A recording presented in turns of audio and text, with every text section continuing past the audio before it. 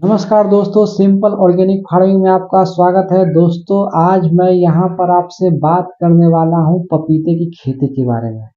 पपीते की फसल को किस तरीके से लगाना है, कहाँ से मतलब कौन सा टेक्निक है जिसके माध्यम से लगाना है, किस तरीके से उसमें खाद देना है, किस तरीके से उसमें पानी देना है, कौन सा उसमें कीट नियंत्रण के लिए कौन सा स्प्रे करना है, किस रेट में ये मार्केट में बिकेगा, टोटल इन्फॉर्मेशन दोस्तों आपको मिलेगी इस वीडियो में। तो आप दोस्तों मेरे चैनल पर बने रहिए। अगर अच्छा लगा है वीडियो तो लाइक कीजिए, सब्सक्राइब कीजिए और शेयर कीजिए दोस्तों। तो चलिए दोस्तों, बिना समय गंवाए शुरू करते हैं। पहले बात करते हैं इसकी मिट्टी के बारे में। तो मिट्टी आप किसी भी प्रकार की मिट्टी में आप लगा सकते हैं। काली मिट्टी हो, लाल मिट्टी, भूरी मिट्टी हो, बस भुरभुरी होनी चाहिए, सॉफ्टनेस होना चाहिए। बहुत ज़्यादा कड़क मिट्टी में आपको इसको नहीं लगाना है। इसको आप कहीं पर भी आप लगा सकते हैं। अगर इसके पौधे की बात करते हैं तो इसके लिए आप नर्सरी से आप पौधे ला सकते हैं। कोई अच्छी सी, अगर आपके आसपास में अगर कोई अच्छी सी नर्सरी है तो वहाँ से ले सकते हैं, चाहे बाहर से भी आप इसकी पौधे को मंगा सकते हैं।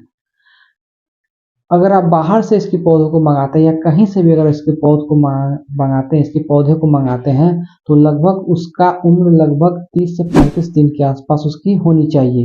ये बहुत जरूरी है दोस्तों, इस पर बात पर आप बिल्कुल ध्यान दीजिएगा। अगर इसकी जुताई की बात की जाए तो आपको क्या करना है कि पहले अपने खेत को, जो आपका 1 एकड़ का मान लिया जाए कि आपका प्लॉट है, तो 1 एकड़ के प्लॉट को पहले क्या करना है, रोल्टिवेटर से उसको जुतवा देना है।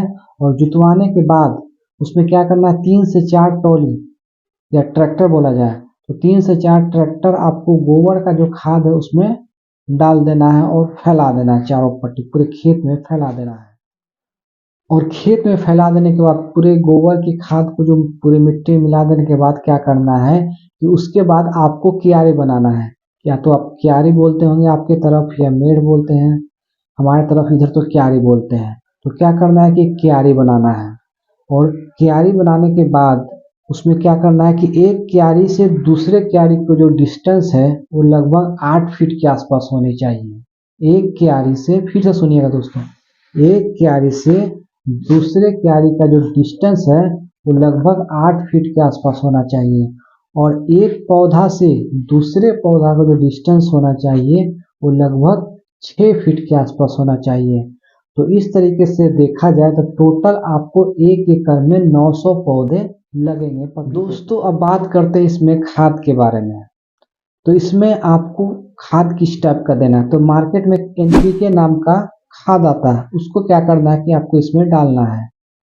पपीते की रूट को डेवलप करने के लिए फॉस्फेट नाम का जो खाद आता है उसको पहले क्या करना है, उसको 6 महीने तक आपको इसमें देना है, या तो 4 महीने भी आप इसको दे सकते हैं। और पोटेशियम और मैग्नीशियम जो है, जो खाद है, जो फर्टिलाइजर जो है, उसको कम से कम 7 से 8 महीने तक आपको इसमें रेगुलर आपको इसमें पानी कैसे देना है, वो भी एक बहुत ही इम्पोर्टेंट पार्ट है पपीते की खेती के बारे में। न इसमें बहुत ज़्यादा ही पानी देना है और बहुत ही कम पानी देना है। इसमें पानी का बैलेंस को बनाकर रखना है। इसमें आप फ्लड इरिगेशन के माध्यम से भी पानी दे सकते हैं, चाहे जो ड्रिप सिस्टम आ गया है उसके माध्यम से भी पानी दे सकते हैं। जैसा आपको सहूलियत पड़े उस तरीके से आप इसमें पानी दे सकते हैं। अगर गर्मी का मौसम है तो गर्मी के मौसम में हर 3 से 4 दिन में आपको पपीते की फसल में पानी देनी है। और अगर बरसात का समय आता है और बरसात के समय में अगर पानी अगर नहीं है तो आपको कम से कम 8 से 9 दिन में आपको पानी देना है। अगर बरसात अगर हो रही तब तो पानी देने की ज़रूरत ही नहीं है। अगर बरसात का सीजन है और पानी नहीं बरस रहा है तो 8 से 9 दिन में आपको इसमें पानी देना है इस पपीते की फसल में। और अगर ठंड की बात की जाए तो 10 से 15 दिन के अंदर इसमें पपीते की लगाने की समय की बात कर रहे हैं, किस समय पपीता लगाना है। तो पपीता के लगाने का समय फरवरी से लेकर अप्रैल तक का महीना होता है। कुछ किसान लोग फरवरी में भी लगाते हैं, कुछ मार्च में भी लगाते हैं, और कुछ किसान है जो अप्रैल में लगाते हैं। ये सबसे बेस्ट समय है पपीते की फसल को लगाने का। अगर आप इस समय में पपीता को नहीं लगा पाते हैं तो आप सितंबर से लेकर अक्टूबर के महीने में भी पपीते की फसल को। दोस्तों अब बात करते हैं इसकी बीमारी के बारे में। तो इसमें क्या होता है कि बहुत ही ज़बरदस्त बीमारी आती है, वायरस आता है दो प्रकार के बहुत ही खतरनाक वायरस होते हैं। उससे क्या करना है कि आपको इससे बचाना है। उस वायरस का नाम है लीप कार्ल वायरस और दूसरा है मोजक वायरस। इन दो वायरस से आपको इसको बचा के रखना है। इसको बचाने के लिए क्या कर सकते हैं कि आप अपने खेतों में निराई गुड़ाई करा सकते हैं और आपके खेतों में जो खरपतवार उगते हैं उसको निकाल के आपको खेत से बाहर फेंकना है। इससे क्या होता है कि आप उससे बच सकते हैं उस वायरस से।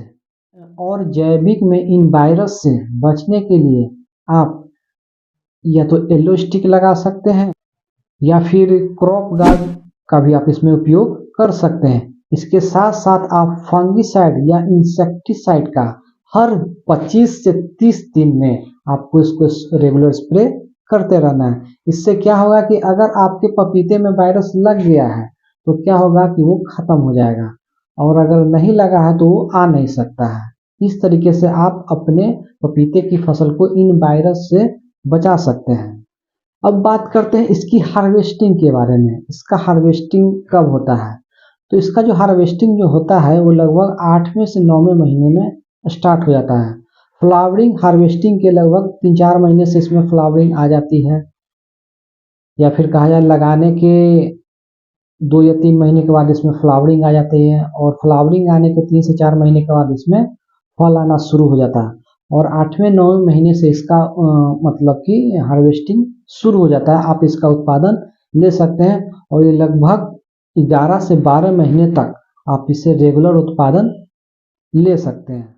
पपीते की अगर तोड़ाई के बारे में बात की जाए, अगर एक पौधे को अगर आप तोड़ते हैं उससे फल लेते हैं तो लगभग 80 से 100 किलो के आसपास उसमें से उत्पादन निकलता है और टोटल आपके खेत में 1 एकड़ के प्लॉट में 900 पौधे हैं तो उसको अगर 80 से गुना किया जाए तो लगभग 72,000 केजी के आसपास उसमें आपको उत्पादन आता है।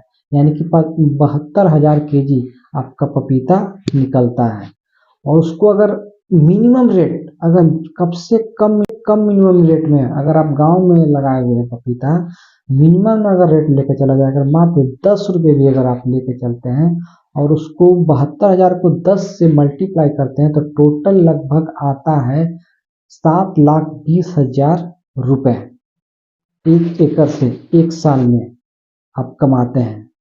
अगर खर्च की बात की जाए, टोटल अगर खर्च निकाल दिया जाए, जैसे कि मान लीजिए कि आपका लेबर का जो खर्च हो गया, पौधा का खर्च हो गया, लगभग 25,000 के आसपास पौधे का खर्च हो गया, खेत की जुताई का खर्च हो गया, निराई गुड़ाई का खर्च हो गया, लेबर का जो भी चार्ज वगैरह हो गया, फिर आपको खाद देना हो गया उसका खर्च हो गया, फिर आपको कीटनाशक स्प्रे करना हो गया। तो इस तरीके से टोटल अगर खर्च अगर निकाल दिया जाए, मान लिया कि अगर आपके टोटल खर्च पपीते में लगाने में, मेहनत में, बड़ा करने में, मार्केट में बेचने में टोटल खर्च की बात की जाए तो लगभग मान लिया अगर 1.5 लाख रुपया भी अगर खर्च होता है। क्या होता है कि जब आप पौधे वगैरह लगाते हैं तो ऐसा भी होता है कि कुछ पौधे वगैरह सड़ भी जाते हैं, खत्म भी हो जाते हैं, बीमारी से भी कुछ खराब हो जाते हैं या कोई प्रोडक्शन उतना नहीं दे पाता है, तो बहुत तरीके का बात होता है।